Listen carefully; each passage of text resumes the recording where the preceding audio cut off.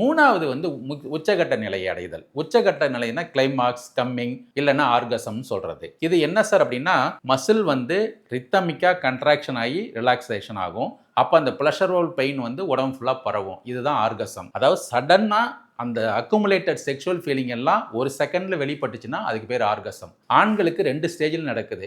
இப்போ விதைப்பை இருக்குது, அதுக்கப்புறம் செமினல் வெசிக்கிள் இருக்குது, அடுத்தது வாஸ் டிஃபரன்ஸ் அந்த டியூப் விந்தணுக்களை வெளியில் கொண்டு வர டியூப் இருக்குது. இது 3ம் கண்ட்ராக்ட் ஆச்சுன்னா செமன் வந்து யூரித்ராவுக்கு யூரினரி அந்த டியூபுக்கு வெளியில் வந்துடும். இது வந்து எமிஷன் ஃபேஸ். இந்த ஆண் உறுப்பும் யூரித்ராவும் கண்ட்ராக்ஷன் பண்ணி அந்த விந்துவை வெளியில் தள்ளுற பேர் வந்து எஜாக்குலேட்டரி ஃபேஸ். இது ரெண்டும் நடக்கும்போது இந்த எஜாக்குலேஷன் வந்து ஃபாலோட் பை ஆர்கசம் நடக்கும். எது ஆண்களுக்கு.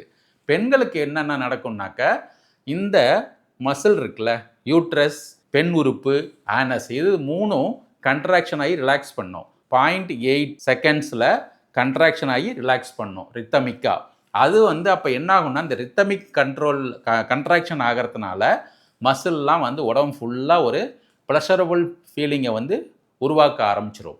அது வந்து எங்கே ஆரம்பிக்கும் அப்படின்னா கிளைட்டோரிஸில் ஆரம்பித்து பெல்விக் ஏரியா ஃபுல்லாக அடிவயிறு ஃபுல்லாக பரவி உடம்பு ஃபுல்லாக டோட்டல் பாடி ரெஸ்பான்ஸாக மாறிடும். இதுதான் ஆர்கசம்.